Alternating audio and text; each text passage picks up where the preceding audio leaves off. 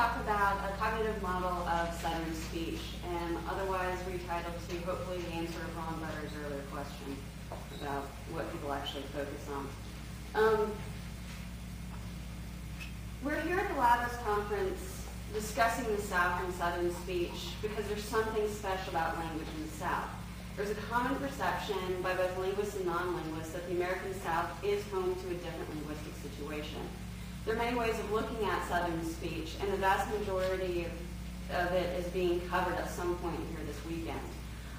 Here, what I would like to do is focus specifically on the perceptions of Southern speech and really what makes it so intriguing as a dialect.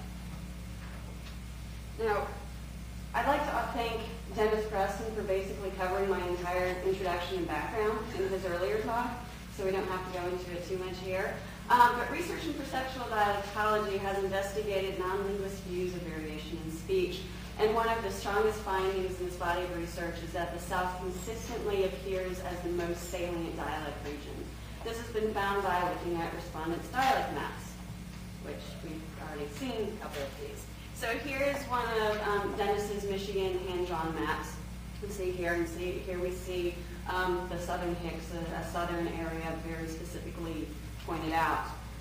Here is the composite map of the Indiana responses. He showed earlier the Michigan composite map, and here we see that the #1 region is in the southeast.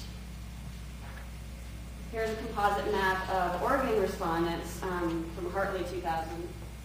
And again, we see while we have all these other dialect regions, again, there's a very specific southern large region. Texas here is separated out. Next, I have specific folk dialect maps from a study that I did in 2003. One thing that's interesting here, this is one respondent, one Georgia respondent, and the different colors here represent different dialect regions for the respondent. Here you see there's different regions all over the place. However, the one core area that sticks together is the southeast region. Of course, Illinois is thrown in there. I'm sure what's going on there. Here's another Georgia map. Again, we have a southeast that stands out. This is a New Jersey respondent. Again, south. And yet another New Jersey map. This is a composite map of both the New Jersey and the Georgia respondents that I interviewed. I'll talk about in a second. This is a cluster map. So it went through and at a level of 75, which is out of 100. So it's a very significant number. These are all the regions that clustered together, and as you see, the South really does stand out as something that's a cohesive dialect region. Even when nothing else really clustered, the South did. And finally, we can also see, obviously, the South in traditional dialect maps. Now, obviously, there's some patterns to folk perceptions of language, and the view of the South appears to be the most common perception. To understand this better, I decided to look deeper into the folk knowledge of language. I wanted specifically to know not only what people, in other words, non-linguists, what they think about language variation, but how they think about it specifically. In other words, how is folk knowledge of language cognitively categorized? And also, what specific categories are the focus of folk perceptions and knowledge of language and of language use? And for this discussion, specifically, a question, is there a way in which we think about language in the South that makes it so common in folk linguistic perceptions? In order to answer these questions, I created a methodology using a pile sort method, which is a method developed in cognitive anthropology. I didn't use a map drawing task. What I asked respondents to do is take cards of 50 states, with 50 state names on them, and divide them into piles where people spoke similarly versus differently from one another. And this was their dialect regions that they created. There was a second pile sort for social attributes. In this, I gave them 12 or 13 different pairs of terms, things like pleasant, unpleasant, attractive, unattractive, correct, incorrect, and intelligent. And they also, not only were the pairs, but they were also able to use a neutral term. So for attractive, they may describe a speech area as attractive or unattractive, or if they would never use either of those terms, or if neither of those terms fit, they could have a third neutral term as well.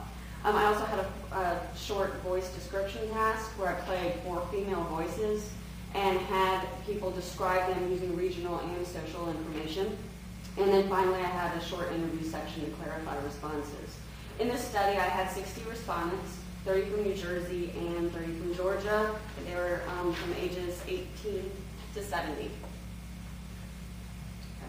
Now in my research, I found basically 4 categories that were the most salient for folk linguistic perceptions, and these are the categories: regional information, social information, personal experience, and linguistic input. So while these are separate categories, they also interact with one another and are actually filtered through one another. In other words, there's a complex network of knowledge that is accessed when people think about language. One thing to note, remember that folk linguistic perceptions are not a part of the structure of language itself. They are culturally determined and are learned and passed through the community. First, I want to talk about perceptions in region. Now, region is an important part of folk linguistic perceptions, but not always in the ways one would expect.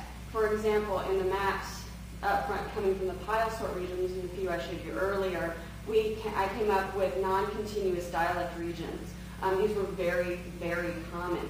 For example, people would put New York and Florida in the same dialect group, saying that they spoke exactly alike, and they would note migration of retirees. Oh, well, everybody retires in New York, they move to Florida, so therefore New York and Florida sound the same way.